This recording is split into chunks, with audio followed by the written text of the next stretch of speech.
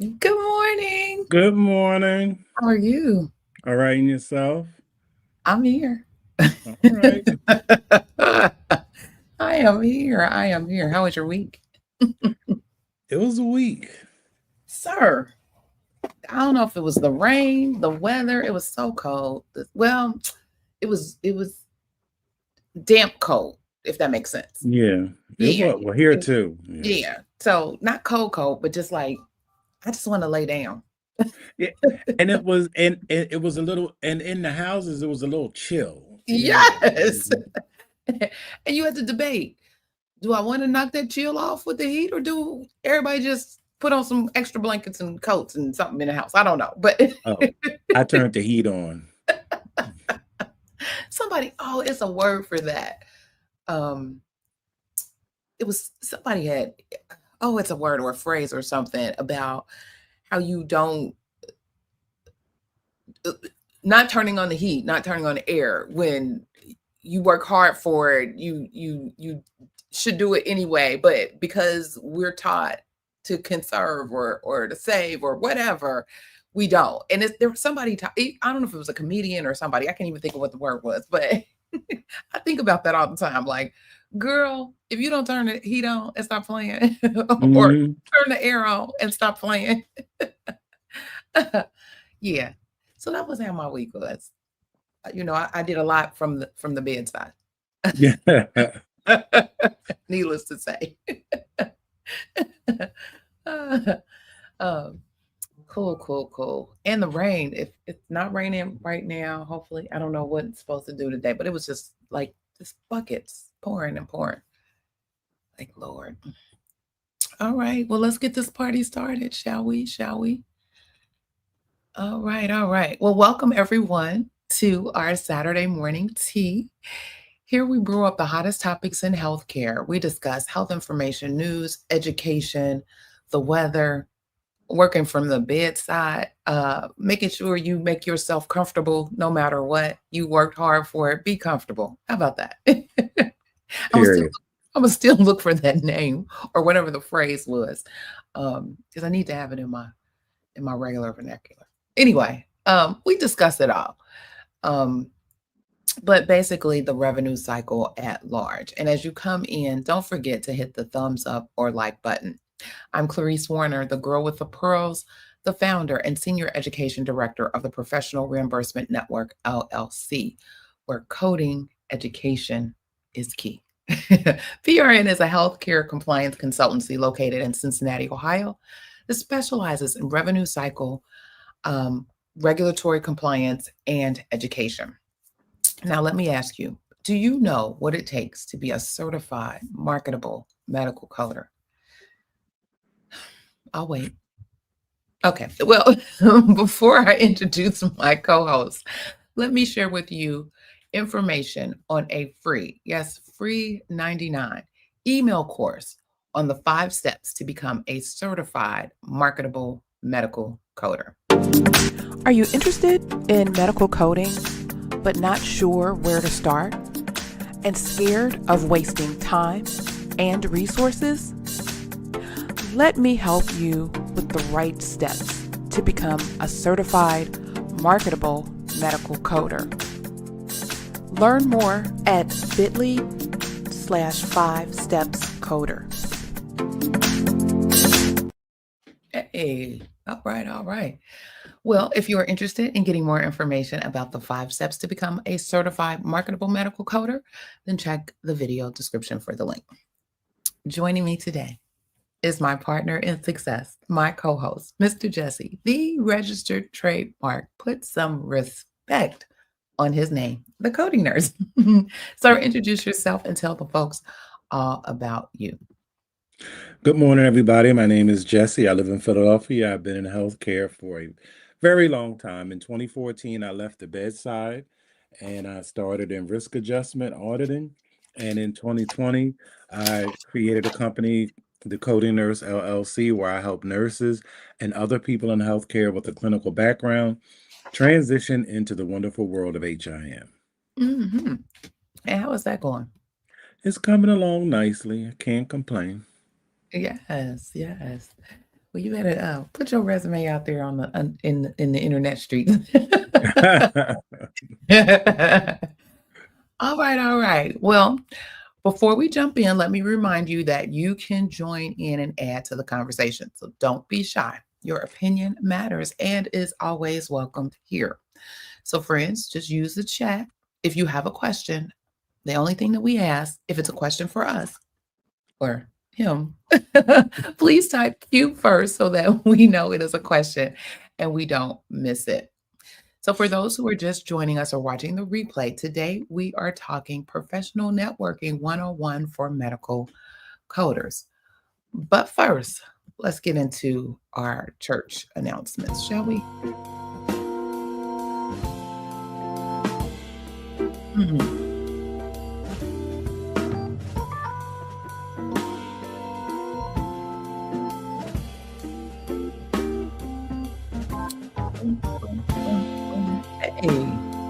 Hey, we still need to double clap. Hey. Yes.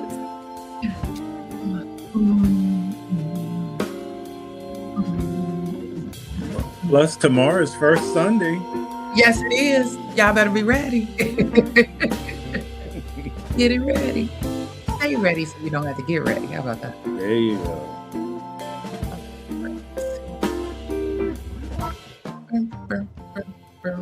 Hey, I see you. I see you with the slow bop. Yes. Well, today, my church announcement, I just wanted to give you the date for you to save. What did I do with it? For the oh, here we go. For the CPT and RBRVS 2026 annual symposium. The date is November 19th through the 21st. Live, action-packed, all the things you ever want to know about CPT is there. There's also, and it's virtual, there's also a CDI, I forgot what the name of the CDI piece is, but there's a CDI, outpatient CDI piece as well. I think it's either the day before, it may be the day before. But yeah, this is where you get, again, all the information from the horse's mouth, if you will, about any changes of what's happening with CPT 2026. So this gives you your little leg up. You can get all of the information. You can ask the questions. You could talk about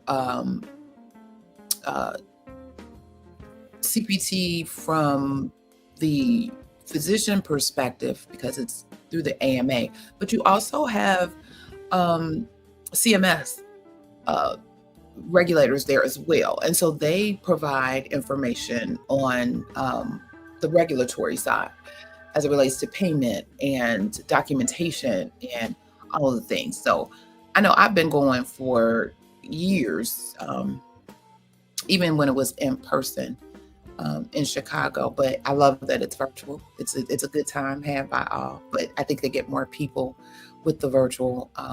And yeah, so if you got the time and the coins, I would recommend checking out the CPT RVS 2026 annual symposium, November 19th through the 21st. That's all I got. Mr. Jesse, you have any church announcements? Well, I have a Oh my goodness. I have a coding class, ICD-10 CM class, starting on Wednesday, June 18th. And if you're interested in finding out more information, please visit thecodingnurse.com and send me an inquiry. How formal. Send an inquiry, right? Yeah. All right. I love it. Okay, I thought I clicked off of that. All right, yes, we're good. So let's see. Well, welcome everybody. Let the tea spilling begin. How about that? So again, welcome back to the Saturday Morning Tea. Again, I'm Clarice Warner, the girl with the pearls, and my partner in success, the coding nurse. And today we're talking about something that can absolutely transform your career, personal or professional. I'm sorry, networking. Forget your personal stuff. This is all about being professional. Last week, we dropped some gems on your medical coding career roadmap, which included professional networking. And if you missed it, I would highly recommend that you check out the replay. Lots of information there. So much so that today, Mr. Jesse is going to double down and lead our discussion on professional networking.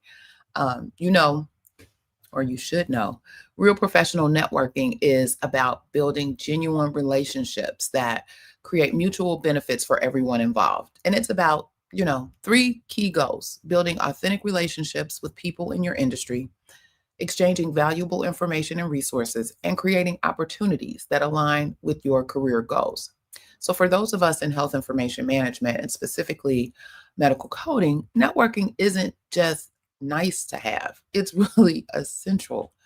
And whether you are a new coder looking for your first break or a seasoned professional seeking advancement, your network can open doors that you didn't even know exist.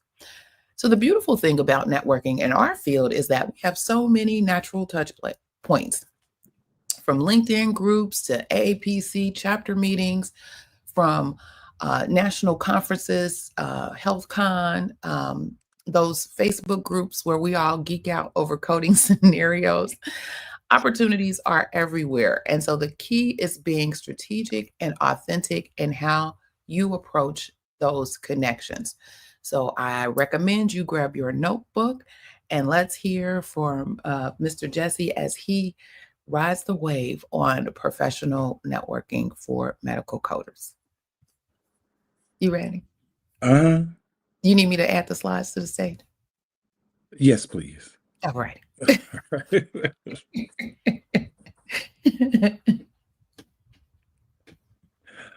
right.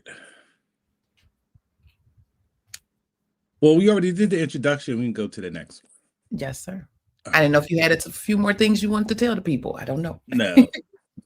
I mean, you had really touched on the intro, because the main thing with the goal of networking is it has to be a mutual relationship. No relationship can be one-sided. Like everybody has something to offer somebody.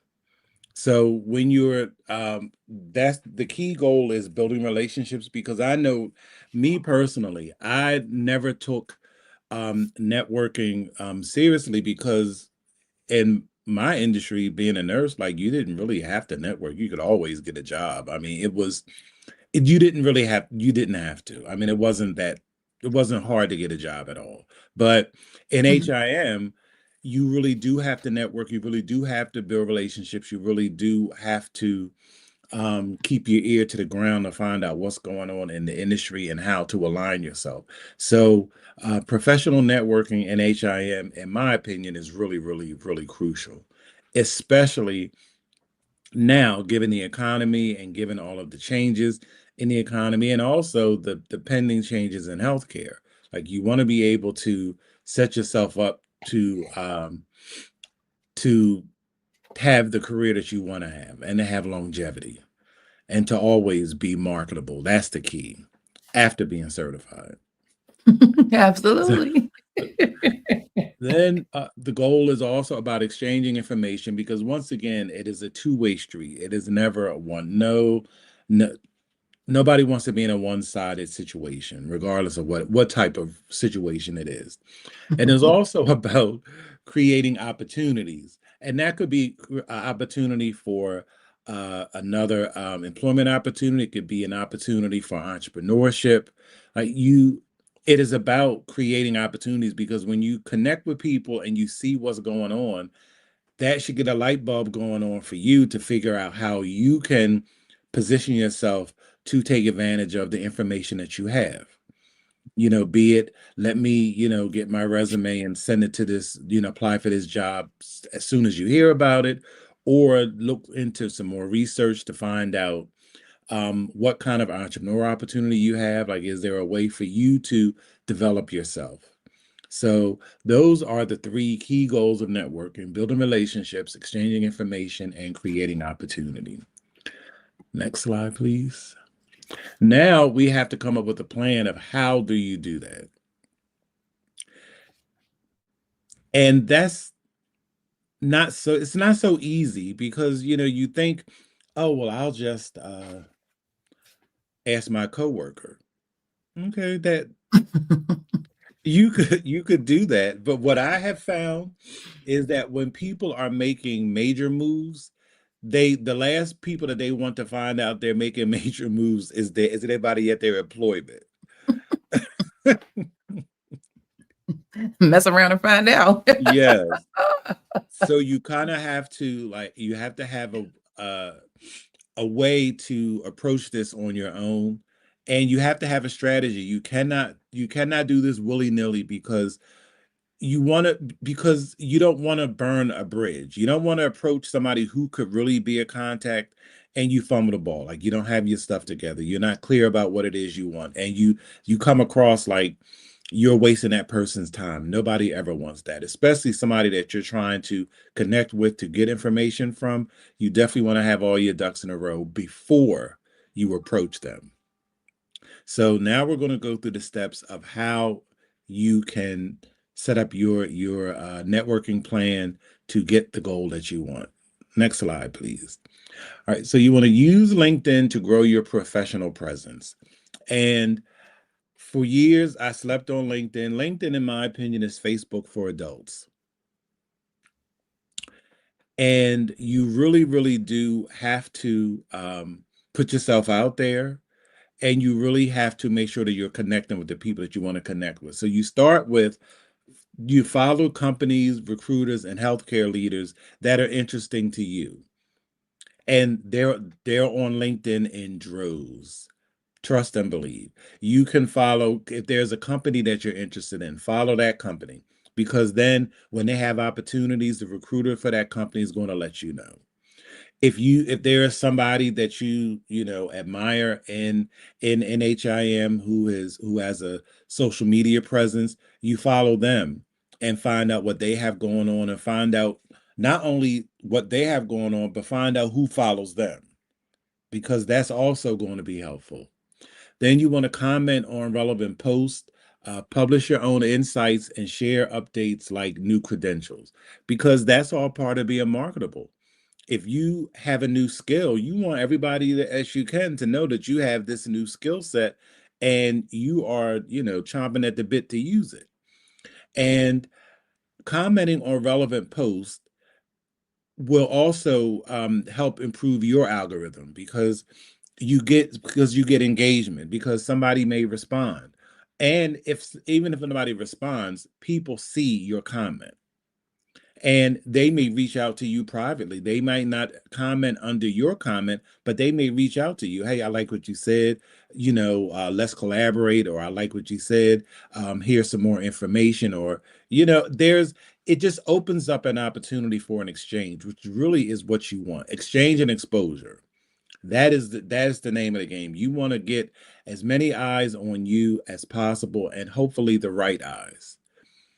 Then you want to send thoughtful connection requests after events or trainings. So when we get to some of the other slides, we talk about other networking opportunities. When you meet people, connect with them on LinkedIn. Follow them, send them a connection request, and become part of their ecosystem, and follow what they have going on. And that way you'll stay abreast to what they have going on and what other people around them have going on, so you can see what's going on. I do that all the time. I do. One of the things, now what I don't like is the spammy in my inbox foolishness. I don't like that. I don't like when I feel like you're being sold or whatever, and I don't sell me on whatever. So be mindful of how you connect. One thing I normally do is after every event, after every meeting, if I have an interaction with you, I'm reaching out via LinkedIn and not in your inbox. I'm going to reach out for a connection, and then I'll say, because there's a space where you can add notes, and so I will say, hey, attended such and such conference or meeting or whatever, and especially for all the speakers that are before me, you did a great job. Thanks for the information, something along those lines, and make those connections so they know where they know me from, or where I heard them um speak, and just in an encouraging way, just encouraging them that they did a good job, or the information was great, or that kind of thing. So for people that I do not know, that is how I build my network with the people. And oftentimes, I mean, I think you have followers, and then you have like the connections, and so I try to get to the connection part where I show up. Their stuff shows up for me as well, and I can see they. And another thing I do um is, once I have those connections, when they have their anniversary or their job anniversary, there's nothing, it's actually AI generated, that'll tell you, so and so's anniversary, whatever. All you got to do, they give you the prompts. Congratulations on your 5th anniversary. You click that and it goes to them, so you continue to um touch base, even if it's a once a year anniversary. Actually, you have 2 touch bases, at least in my networking sphere. Their birthdays, it always shows up, their birthday and their anniversary. You may have more if they switch jobs or get a new position or whatever, that they make those announcements. So then again, you're still connecting, but you never know who, what, when, where, why. And so this is a virtual way, at least the way I do it, for me to stay connected to those folks that I've met. And for people who are a little, shy, or if you've Like never done me. it, right, or if you've never done it, you can actually Google how to connect with somebody on LinkedIn, how to send an introductory email. They have templates. This is what you say. And and it doesn't have to be a long drawn out thing. It's very succinct. And just like Clarice had just shared, you can, especially if it's somebody that you just attended an event with, you already have your opening. You just want to make a connection so you can take that relationship a little further to really make it help you in your career. Mm-hmm. I think you want the next line. My bad. Yes. Join coding focus groups and discussion boards. Now, this I have to give a nod to the Crafty Coder, because she has turned me on to Facebook medical billing and coding groups. And it has been very, very eye-opening for me, because for number one, you see any and everybody. It's from all walks, all specialties, that are, chiming in, that are talking about, opportunities. They're talking about challenges. They're asking questions. And that is the most important thing. So you want to contribute to Facebook groups like AAPC Coders or Medical Coding Geeks. I follow a bunch of, I'm part of maybe 4 groups, but the main groups are the Medical Billing and Coding Forum, and I think the Risk Adjustment Coders Lounge. Those are the main 2, but I follow 2 others, just to keep my ear to the ground to certain other industries. But it's really, really important. And you want to ask questions or share insights on AAPC's member forums or Reddit's r/medical coding. There is so much information online, but you have to make sure that you go to the right sources. And there it is out there. So you just find 1 or 2 resources. You don't have to be a part of all of them. You find the 1 or 2 that work for you. Then LinkedIn has focus groups as well. I think I'm only a part of maybe 1 group on LinkedIn, but I definitely like the Facebook groups a lot better, because I find, well, at least, for me, I find that there's a lot of engagement. Like those groups have thousands of posts. Would you like to add to it, Clarice? Mm-mm. Okay. Next slide. Yes, please. Engage with peers through AAPC or HEMA chapter events. Now, this is a sleeper. Like I know, even like for me, I was shocked because like a couple years ago when I wanted to get into uh, what I wanted to get my trainer credential. Like one of the requirements was you had to present in some way, shape, or form on like a local, national, or state level. So I was like, oh, well, let me just reach out to my local AAPC chapter. And these chapters are always looking for presenters. Mhm. So it is a great opportunity for you to stick your little pinky toe into public speaking, into like testing out an idea that you have, or just showing your expertise and solidifying your confidence so you can, take that show on the road. And you always want to, you can attend the monthly chapter meetings or virtual workshops. And in my chapter, they mainly have virtual, even like virtual chapter meetings. So there's a lot of people that come to those meetings, like 100 plus. So that's a real solid way to network.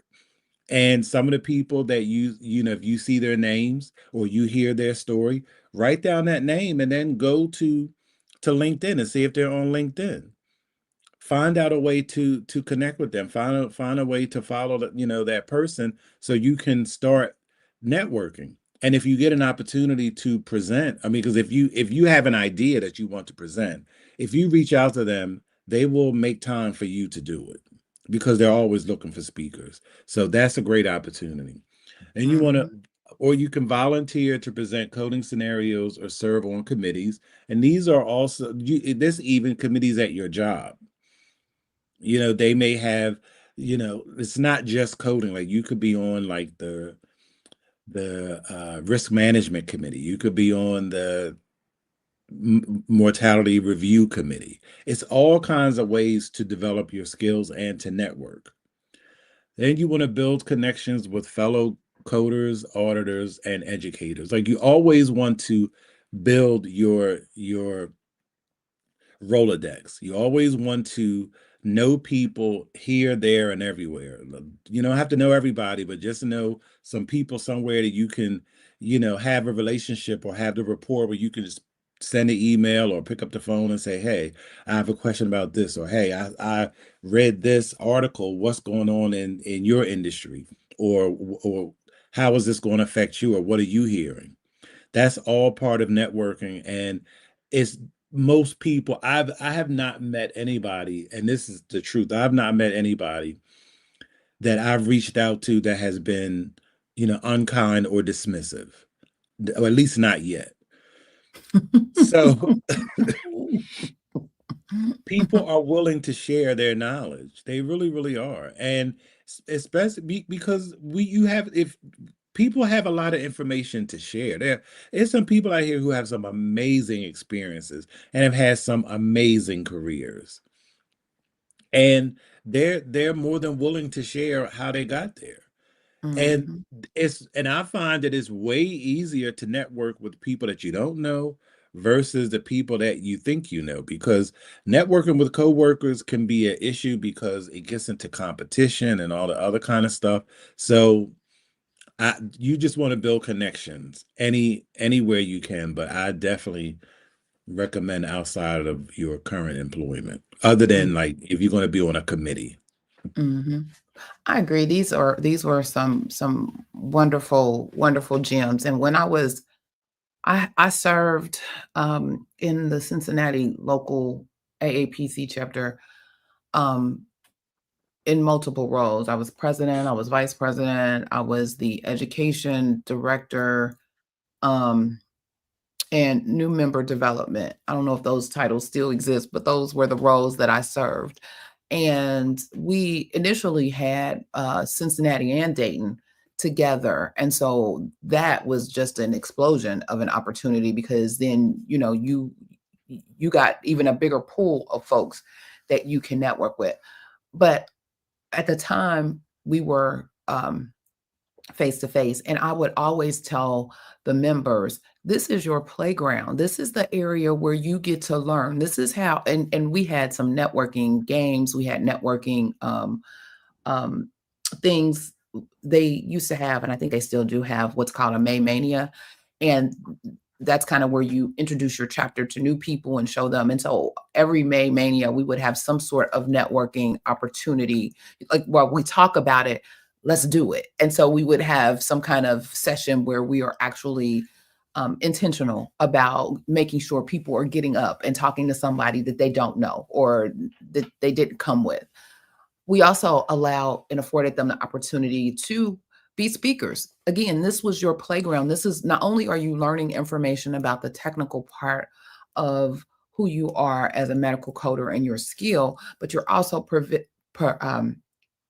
together your toolkit and preparing for even those leadership management roles, because that's how you kind of get your feet out there, is by presenting yourself as the expert in what it is that you do and what you know. And so why not start at home with your peers in your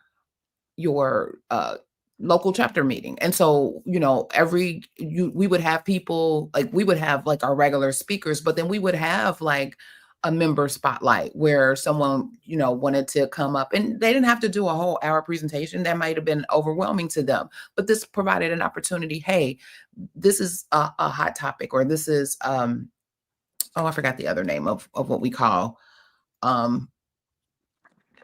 pretty much the hot topics that are going on in the industry. But this was an opportunity for you to kind of give your 10-15 minute spiel on what you know, and get your feet wet in presenting. So we always afforded those opportunities. You mentioned serving on committees. I know on the AHEMA side of the world, my world, we have both local and your state. And there's so many opportunities.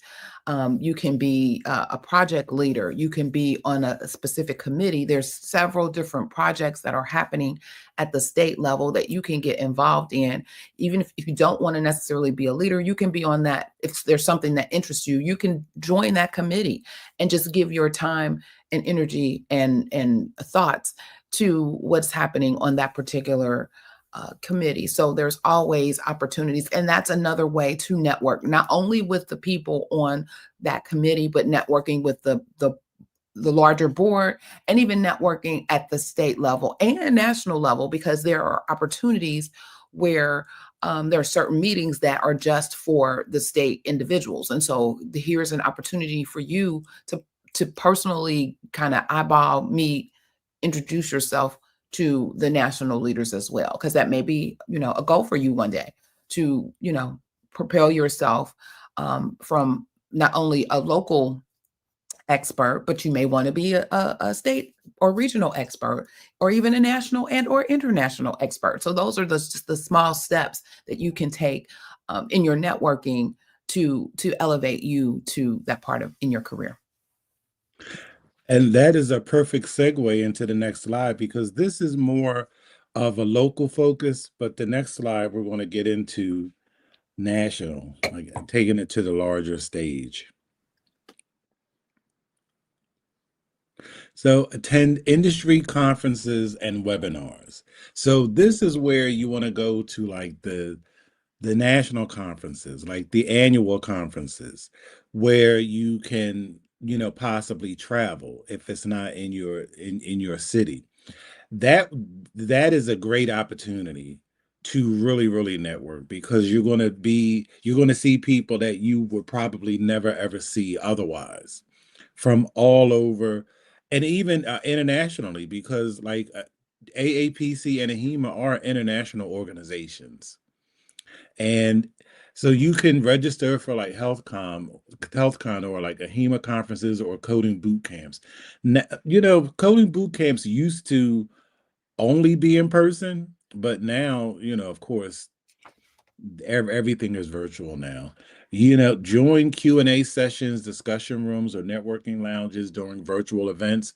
A lot of virtual events have what they call breakout rooms, where you can have more intimate discussion. And I know, like when I was following CMS used to have these happy hours, and it would be like an hour, like 5:15 to 6:15, like once a month, and on like a Thursday or a Wednesday or whatever. And it would be quite a few people, and these were people who were government contractors or you know soon to be government contractors, and then you had people who had major contracts. And you don't have a chance to interact during the seminar, but they would actually have like two breakout rooms, and you wouldn't go to the same room twice. You would go to a different room where you could meet different people, and people would be sharing information like, hey, reach out. And then what they did too was they wanted everybody in the beginning of the happy hour to put your information in the chat, and then after the um the happy hour was over, they would email you the chat so you could have everybody who shared their information, have their contact information. So then once you got into the breakout rooms, people would say, oh, well, I put my information in the chat, we should connect, or we should talk, or you can reach out to them. Hey, I attended this happy hour, and I see that you do blah blah blah. How did you get started? Or what information, or what would you advise somebody who was trying to do that same thing now? You have to reach out. Like, nobody's gonna bite your hand off. You have to really really step outside of your comfort zone. For those of us who are really really introverts, it really is worthwhile, and it can really make all the difference in your career. Then you want to reach out to speakers or participants afterwards to stay connected, because that's the key. Like, you see this person who is ultimately where you would like to be in your career. You know who they are, you have their name. Why not reach out to them? I mean, just like Clarice had shared earlier, just send a little note. I attended such and such a conference where you spoke. It was a really dynamic presentation. I learned a lot, and I would like to connect. And then just leave it to that. Then maybe later on you want to reach out with something else, or like a specific ask. But it's just, don't be afraid to reach out. And then also for these, when you attend national conferences, as long as you attend a workshop or two, you can write it off. This is a business expense. Come on now. So it's a great way to basically network for free. You really can. So Absolutely. I think that the industry conferences are like, I mean, even when you read in the magazines afterwards, like how much people talk about it. Like, it, it has to be, I mean, because I've attended other conferences. It hasn't been for coding, it's been for like other industries. And there's an energy when you're in that environment. And people are so much more open and receptive then. So I just think it's a great opportunity, and everybody should try to take advantage of it if they ever have the opportunity. Also, the roundtable discussions. I know oftentimes there are those types of settings where it's specialized to say risk adjustment, a roundtable discussion, or surgical coding roundtable discussion, or compliance, or release of information, or what have you. Those are opportunities where you are in a room specifically with the people who do the same work that you do. And you would be surprised at what they know and what you know. Because oftentimes, you're thinking, okay, I'm coming in here, I'm gonna get some gems, I'm gonna do whatever. Little do you know, you may be the gem dropper. You may be the one that has the information. And then again, you're now presenting yourself unbeknownst to you as the expert in the room that can help others. And so others may then rush to you to want to network. So it's, at that point, it becomes a two-way street. So those are always wonderful opportunities just to be around the people that do the same work that you do. Absolutely. Pursue freelance or contract work. So you work with multiple providers or facilities, each expanding your professional reach. That is really important because let's just say like you had one job and you've been at that job forever. And you really have, you have mastered what it is you have to do. Why not like look for an opportunity part-time or PRN at another institution or for another provider or for another practice or for another organization, because that opens up a whole new lane of people for you to meet, network with, grow with, share information with. And they may come back and make you an offer to come there that's better than where you are. Like you don't know until you put yourself out there. And also you can network through client relationships and peer referrals. So you always want to know who the competition is. And that's where it's the client relationship comes in. If you work for, let's say you work for a third party, a revenue cycle management company, and they have this kind of client. They have other clients. Find out who they are. Find out what it is they do. Not that you would want to go ahead and, try to, get a contract with them, not on an individual level, but just know who the players are. Know who the organizations are out there that are using these services. And then look and see what kind of opportunities they have. It's just because I like for me, like in nursing, like a lot of people eventually they start working agency. And agency is just, but it's the same premise. Like you don't go and work agency for a specialty you never worked in. You go where you work in an area that you have experience and relative expertise in, so you can function. But it's a way to network with. I met so many other nurses. I've got job offers. Hey, well, you come here pretty often, and nobody. Look, you haven't killed anybody. Would you?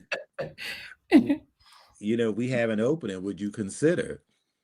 You just have to put yourself in a position where you can just make yourself known. It's all about exposure.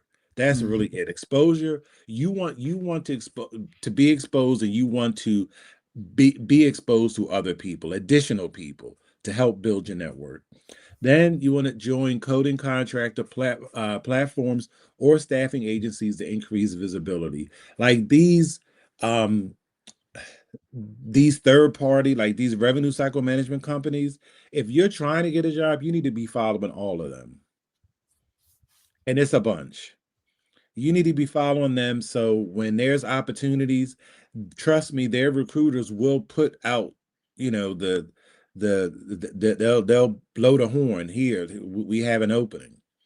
And if you follow them, you'll be one of the first. Like you see on LinkedIn, when somebody announces a position, if you click on it, it'll say be the first to apply or be one of the first few to apply. Because that lets you know, well, hey, well, not many people have seen this opportunity yet. Let me get in there while somebody's going to look at my application, as opposed to when you see also on LinkedIn, you see 100 plus applicants. Okay, well, I mean, I'm not saying don't do it, but at that point, your odds have kind of gone down, because people at that point, they've already started screening. I would think, with 100 people. So Mm-hmm. so that's why you want to stay connected. You want to follow those people, and they will always have a recruiter, their name and their contact. So you want to reach out to them, even if you just want to ask them a question, just to, just to, become visible. There's all kinds of opportunities, and there are a lot of people who do per diem work in addition to their main job, and it keeps them fresh. It's another perspective, because there's some core knowledge, but everywhere puts their own little finesse on a lot of things. So it keeps you fresh. It gets you exposed to new skills, a new platform, maybe a new EMR.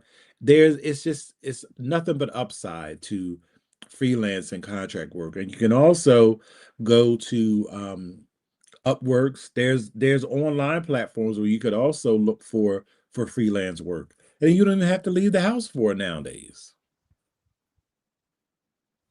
That's good. All right, next slide. And this is the last slide. Give back or seek guidance. This is once again about the exchange. So you want to offer to mentor new coders through local chapters or online communities. I remember, like, years ago, I had applied to be a mentor on a HEMA's website. And I don't know what happened, but nothing ever happened. I was never contacted. But there's another platform that's fairly new that once again, the crafty coder, Wiseant. You sign up, and once you put in your credentials and you get in the system, you can start tutoring people for whatever your specialty is.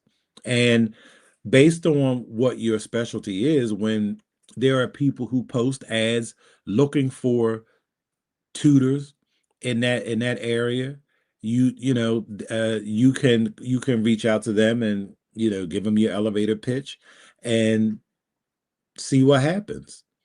But mentoring is really, really, that's just, excuse me, I think that's the most important part of networking.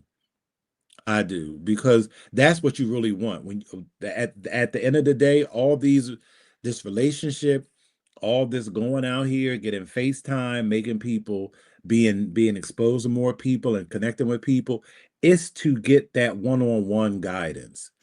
It's to get that career perspective that only another professional can give you.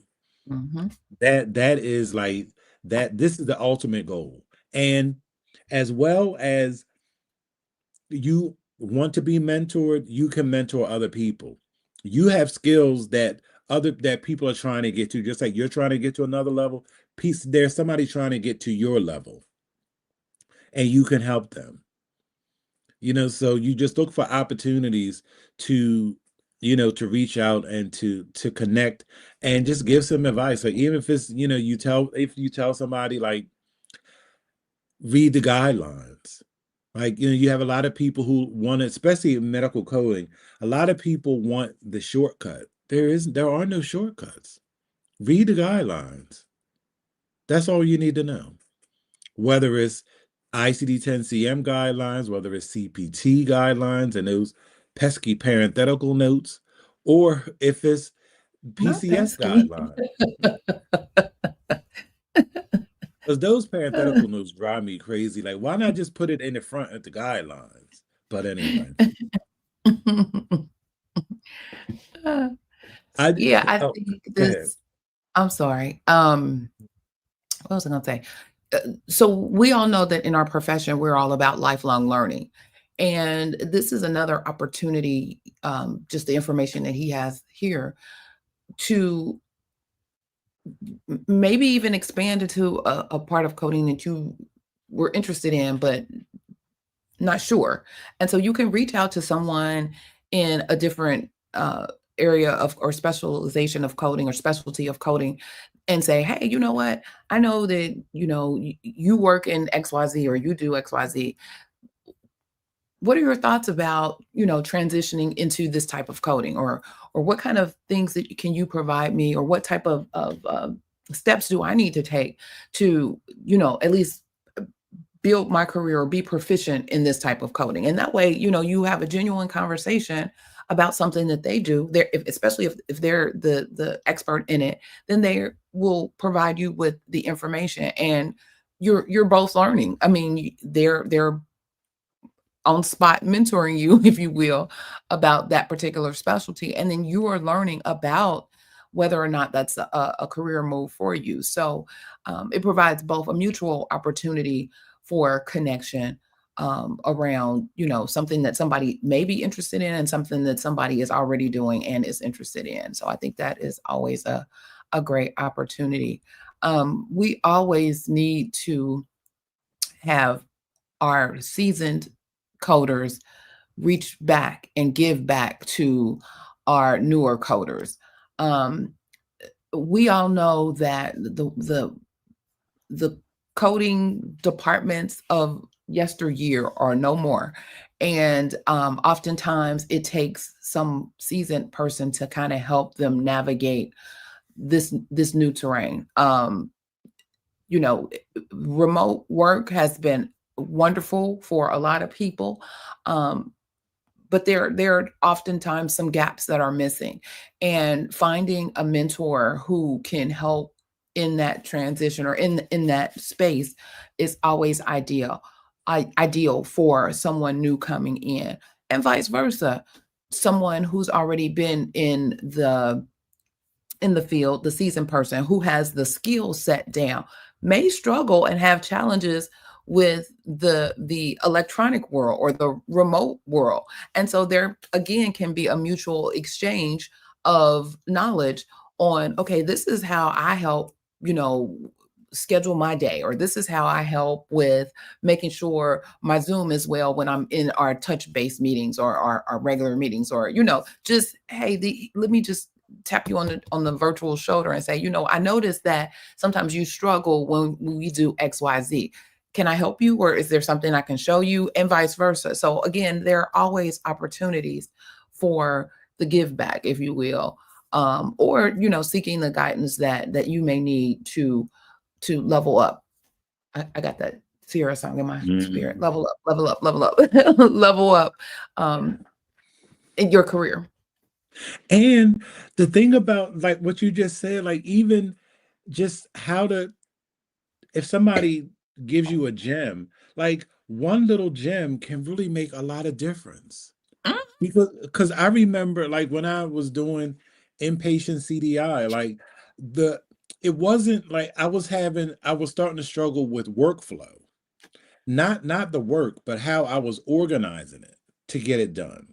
And I reached out to one of my coworkers she had been in CDI, I think for like maybe close to 15 years, and had been a director. And the advice that she gave me about just even how to do, because I used to dread Mondays, because on Mondays your queue would be full of people who have been in the hospital 3-4 days. And I'm like, oh, you got to go through all this to figure out what's going on. And her advice was genius. And I didn't really think of it. She was like, first of all, like you don't have to review 4 days of stays for 5 or 6 people every Monday. She said, if you review it, she said, you just review enough where you are comfortable in saying this is why the person's in the hospital. Then you just put it in there to get it out the queue. Then you schedule it to look at it again the next day when you have more time. That was a game changer. Because like your re-reviews are in the bag. I mean, they're what they got going on. It takes you 10 minutes unless something really, really bad has happened. But those new reviews, like they were starting to drag down my productivity. But then once she gave me that and I started, implementing, I was like, oh, okay. No, I'm production on point, exactly. accuracy good. Let's go. Exactly. We already told you what you do with those numbers. So yes. And it's things like that. And then what I have found, I know like one of the things that I want to focus on for the coding nurse, for people who are wanting to transition, especially older nurses who want to transition into HIM. Like HIM is extremely tech intensive, Mm. extremely. And there are a lot of people who don't have tech skills. Like they get antsy just trying to log in, and then let alone log in into like two different systems and using a VPN and, using dual monitors and moving things from one screen to another screen. Those are skills that a lot of us take for granted, but those are skills a lot of people do not have. Mm-hmm. And Yeah. it really can hamper your productivity at work, because if you can't work through, because working on one screen is like, the Flintstone car, like it's just outdated. Like multiple monitors really, really does increase your productivity. It just makes things so much easier. And if you can't do that, get some help. There's people out here who can help you. There's ways to do it. Like and that's all part of mentorship. It's all part of people saying, well, these are the skills you need to have. This is what you need to work on. And they'll help you do it. Even if they don't do it directly, they can point you to where you can get the help that you need. And help you in avoiding pitfalls and avoiding things. Like, don't do that. They can give it to you on that perspective as well. So yeah, I think this was great. This was great. All right. Right, all right. All right. I hope somebody got some value from this. I'm thought sure it they was did. good. I did. And I thought you did an excellent job. Like I said, he wanted to double down. That professional networking did something in his spirit. And he was like, you know what? Let's talk more about that. Let's get more let's dig deeper. Let's dig deeper and have a more specific conversation to our medical coders and health information professionals who just really want to try this thing out called networking. And I think, especially for those who consider themselves introverts or whatever, I think how we have come into this virtual world, it makes the things a lot more easier, I think. Sometimes, and I often use keyboard courage on the negative, but sometimes it does provide a little keyboard courage to help you, okay, well, I don't have to necessarily take that first step and go walk up to somebody, or I don't have to, come, but with the keyboard, behind the scenes, it makes it a little easier if you are that introverted person. So yes, networking away. Good, Yeah. good, good. Again, I hope you take some of the information that Mr. Jesse provided to heart. I hope that you have a plan of action. We always like to be about action. So, this week, maybe do one or two things that he mentioned. Go out to your LinkedIn and reach out to somebody, and just say, hey, I've been following you, or I see that you're doing, or I'm interested in something that you've talked about. Could you give me a little more information? Go out to Facebook and look at some of those groups and see, see which ones attract you and where you're trying to go, and maybe reach out. Think about attending your local chapter meetings and deciding, okay, this may be the time that I reach out to the board or reach out to the leadership and say, hey, can I do XYZ, or can I assist in whatever? Or hey, there's a committee that somebody is forming, can I be part of that committee? Are you looking for additional volunteers? I mean, assert yourself. So just put together an action plan, and maybe even as soon as this week, figure out what it is that you're going to do to increase your networking opportunities. I like that. All right. Well, again, tune in next week where, let me pull this down. Tune in next week where we'll be discussing another hot healthcare informational topic that you won't want to miss. Right? Right. That's right. All right. Well, are you thirsty for fresh perspectives on the healthcare revenue cycle? By becoming one of the PRNT sippers, you'll join a community of sharp minds who savor the complexities of the healthcare revenue cycle. So why sip alone when you can steep in knowledge together? Come, let's spill the tea on industry insights. Here's what you can expect as a valued member of the Tea Sippers: exclusive healthcare insights, gain access to in-depth articles, webinars, and resources covering the latest healthcare trends, compliance updates, revenue cycle best practices, and even things for your professional growth. Yes. Early access. Be the first to receive expert insights and guides, ensuring you stay ahead in the ever-evolving healthcare industry. Personalized support. Enjoy direct access to our team of experts for uh, guidance on medical coding, compliance issues, and revenue cycle management. We're here to answer your questions and support your professional growth. And community connection, which is my personal favorite. All part of this networking thing. Join a private community of healthcare professionals where you can network, share experiences, and collaborate on finding solutions to common challenges. Plus, we make sure you stay accountable on all of the things that you say and do.